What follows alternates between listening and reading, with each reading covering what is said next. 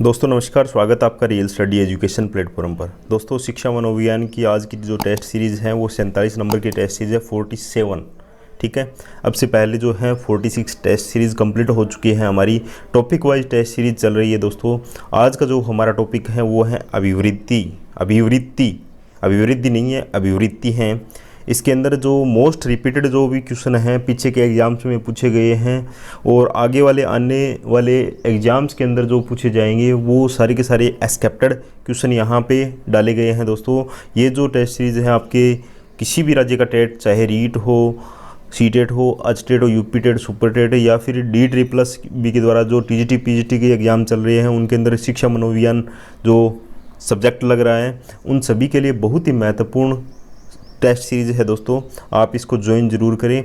ये रोज़ाना सुबह जो है 10:30 बजे होती है दोस्तों। ठीक है, चलते हैं आज की टेस्ट सीरीज़ पर। पहला क्वेश्चन है आज का, वो है अपने अनुभवों के आधार पर समाज की विभिन्न व्यक्तियों, संस्थाओं तथा परिस्थितियों की ओर धारणा विकसित करना कहलाता है। क्या कहलाता है? अपने अनुभवों के आधार पर समाज के विभिन्न व्यक्तियों, संस्थानों तथा परिस्थितियों की ओर धारणा विकसित करना क्या कहलाता है? अंतःक्रिया, अभिवृत्तियाँ या सामाजिकरण या अभिरुचि। तो क्या कहलाता है दोस्तों? तो जो अपने अनुभव के आधार पर, यानी अपने अनुभव के आधार पर समाज में क्या है जो अपनी धारणा विकसित करना है वो दोस्तों अभिवृत्ति कहलाता है। ठीक है, अभिवृत्तियाँ कहलाता है। नेक्स्ट जो क्वेश्चन है वो है सामाजिक संज्ञान का प्रमुख पहलू नहीं है। सामाजिक संज्ञान का प्रमुख पहलू नहीं है अभिवृत्ति, गुणारोपण, छवि निर्माण, इनमें से कोई नहीं। तो कौन सा ऑप्शन सही है इसके अंदर? तो दोस्तों जो सामाजिक संज्ञान के जो पहलू हैं वो तीनों ही हैं, अभिवृत्ति भी हैं, गुणारोपण भी हैं, छवि निर्माण भी हैं। और कौन सा नहीं है? तो इनमें ये सभी हैं, इसलिए इसका सही आंसर है वो होगा दोस्तों उपरोक्त में से कोई नहीं, यानी इनमें से कोई नहीं।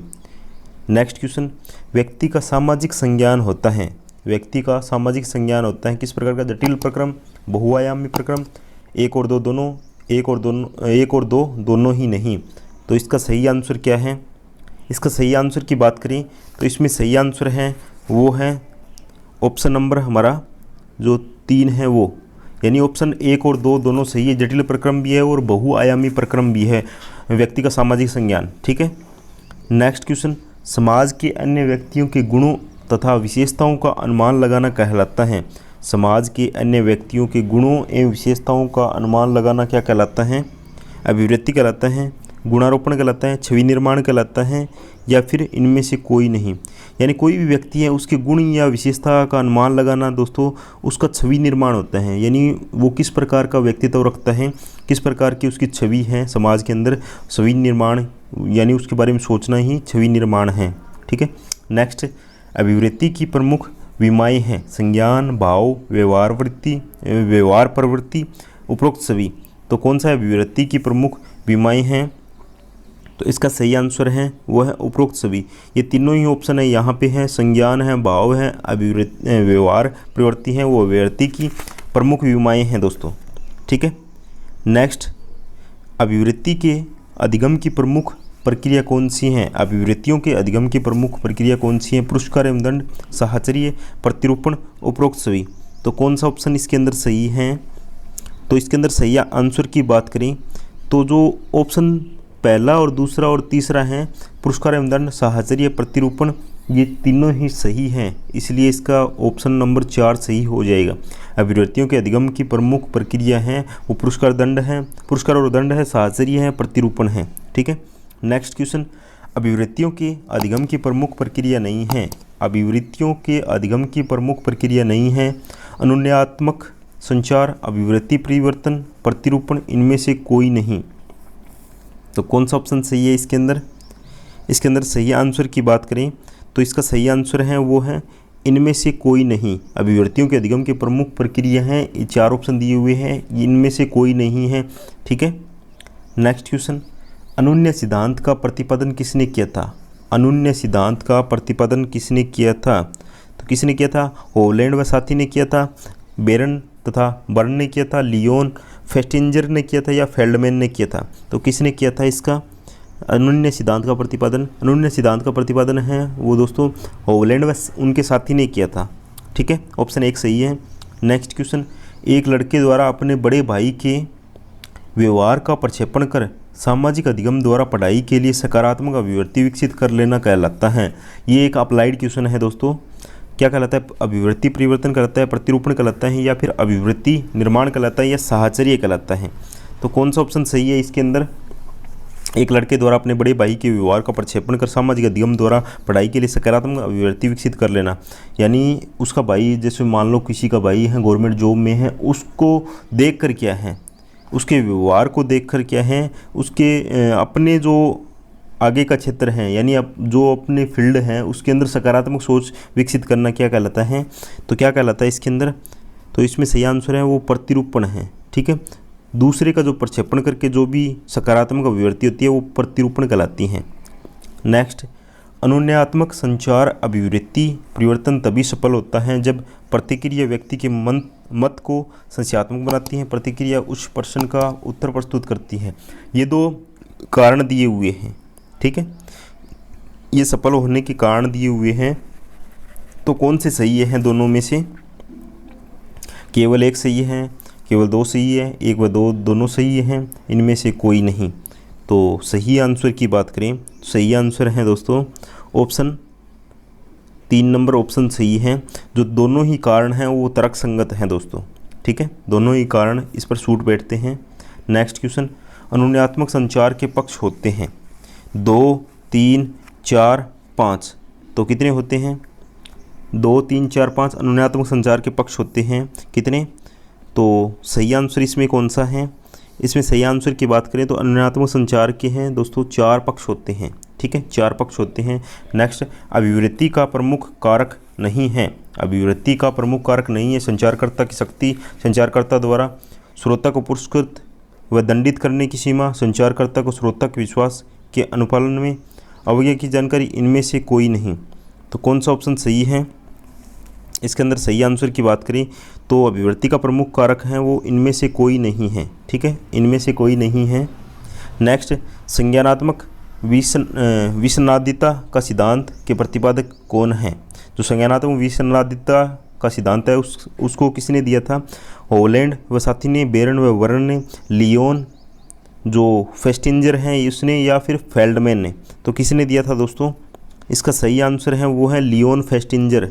लियोन फेस्टिंजर है, उन्होंने संज्ञानात्मक विसंवादिता का सिद्धांत दिया था। ठीक है, नेक्स्ट, छवि निर्माण का पक्ष नहीं है। छवि निर्माण का पक्ष नहीं है। अनुक्रिया, संगठन, चयन, अनुमान। तो कौन सा नहीं है छवि निर्माण का? तो इसके अंदर सही आंसर की बात करें वो है अनुक्रिया। अनुक्रिया क्या है? छवि निर्माण का पक्ष नहीं है। ठीक है, नेक्स्ट क्वेश्चन, निम्न में से व्यवहार का प्रकार नहीं है। निम्न में से व्यवहार का प्रकार नहीं है, कौन सा नहीं है? परसामाजिक, समाज विरोधी, तटस्थ, उपरोक्त में से कोई नहीं। तो इसका सही आंसर क्या है? व्यवहार का प्रकार पूछ रहा है, तो व्यवहार का प्रकार कौन सा नहीं है? तो ये सारे के सारे व्यवहार के प्रकार हैं दोस्तों। तो इनमें से उपरोक्त में से कोई नहीं, ये ऑप्शन आपका सही होगा। ठीक है, नेक्स्ट क्वेश्चन, सबसे उत्तम व्यवहार है। सबसे उत्तम व्यवहार कौन सा होता है? तटस्थ, परसामाजिक, समाज विरोधी, या उपरोक्त सभी। तो कौन सा ऑप्शन सही होता है इसके अंदर? तो इसके अंदर सही आंसर की बात करें तो सबसे उत्तम व्यवहार है वो होता है दोस्तों परसामाजिक। ठीक है, परसामाजिक सबसे उत्तम व्यवहार है। नेक्स्ट क्वेश्चन है सामाजिक व्यवहार का उदाहरण है, कौन सा है? रक्तदान करना, निःशक्त जन की मदद करना, समाज विरोधी संस्था की स्थापना करना, या निर्धन या मेधावी छात्रों की शिक्षा के लिए छात्रवृत्ति की व्यवस्था करना। तो कौन सा ऑप्शन सही है इसके अंदर? इसके अंदर सही ऑप्शन की बात करें तो वो है समाज विरोधी संस्था की स्थापना करना। ये समाज व्यवहार का उदाहरण है। ठीक है, सामाजिक व्यवहार का उदाहरण है। ठीक है, नेक्स्ट, अभिवृत्ति की वह विमाएँ जो परस्पर एक दूसरे से संबंध रखती हैं यह कितने प्रकार की होती हैं? यानी ये पूछ रहा है अभिवृत्ति की विमाएँ जो एक दूसरे से संबंधित होती हैं वो कितने प्रकार की होती हैं? तो कितने प्रकार की होती है दोस्तों? तो वो होती है दोस्तों 3 प्रकार की। ठीक है, 3 प्रकार की होती हैं। नेक्स्ट क्वेश्चन, अभिवृत्तियों का निर्माण होता है, अभिवृत्तियों का निर्माण होता है सहचर्य द्वारा, पुरस्कार एवं दंड द्वारा, प्रतिरूपण द्वारा, या फिर उपरोक्त सभी। तो कौन सा ऑप्शन सही है इसके अंदर? जो अभिवृत्तियों का निर्माण होता है दोस्तों वो इन तीनों ही ऑप्शन सही हैं। साहचर्य से भी होता है, पुरस्कार एवं दंड से भी होता है, प्रतिरूपण द्वारा भी होता है। ठीक है, नेक्स्ट क्वेश्चन है अनुन्य सिद्धांत का प्रतिपादन किसने किया था? अनुन्य सिद्धांत, पीछे भी क्वेश्चन आया हुआ है ये। तो किसने किया था आपको पता है, हॉलैंड और उनके साथी थे उन्होंने किया था। ठीक है। नेक्स्ट क्वेश्चन, अनुन्यात्मक संचार के प्रमुख पक्ष हैं। अनुन्यात्मक संचार के प्रमुख पक्ष हैं कौन से हैं? 4 ऑप्शन आपके पास, संचार स्रोत व संदेश, लक्षित व्यक्ति व संचार का माध्यम, अ व ब दोनों, उपरोक्त में से कोई नहीं। तो कौन सा ऑप्शन इसके अंदर सुटेबल है, कौन सा सही है?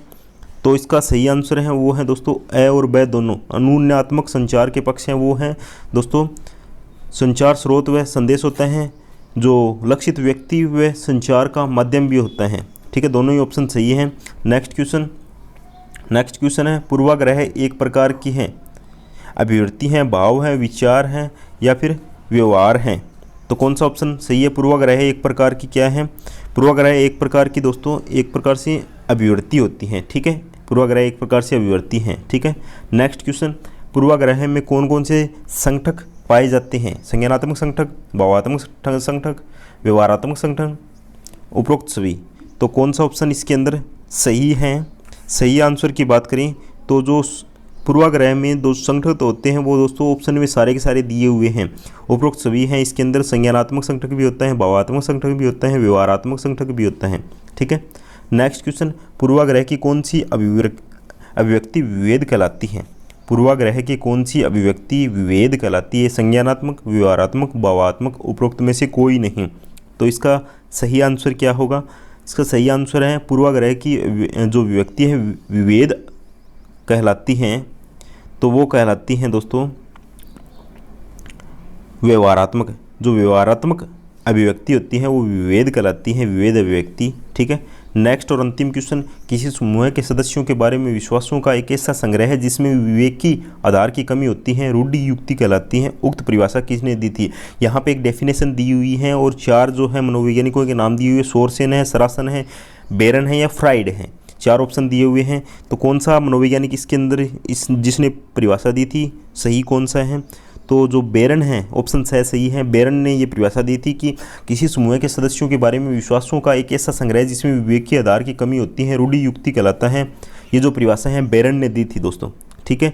ये थे आज के जो टॉप हमारे दोस्तों 25 क्वेश्चन, और जो हमारा टॉपिक था अभिवृत्ति टॉपिक से हैं वो हमारे जो टॉप 25 क्वेश्चन थे। ये क्वेश्चन दोस्तों लगभग इनके अंदर से 15 क्वेश्चन जो हैं पीछे रिपीट हुए हैं। ठीक है। और 10 क्वेश्चन हमने नए ऐड किए हैं जो आने वाले एग्जाम में आपके लिए उपयोगी सिद्ध होंगे। इनमें से आपको क्वेश्चन देखने को मिलेगा एग्जाम्स के अंदर। ठीक है। अगर आप चैनल पर नए हैं तो चैनल को सब्सक्राइब जरूर कर लें और पास वाला बेल आइकन जरूर प्रेस कर लें। इस चैनल पर आपको टेस्ट सीरीज़ के अलावा भी जो भी लेटेस्ट न्यूज़ होती हैं या फिर कोई भी वैकेंसी इन्फॉर्मेशन होती हैं वो आपको तुरंत प्रोवाइड करवाई जाती हैं। ठीक है दोस्तों, इसी आशा के साथ मिलते हैं नई टेस्ट सीरीज़ के साथ। जय हिंद, जय भारत।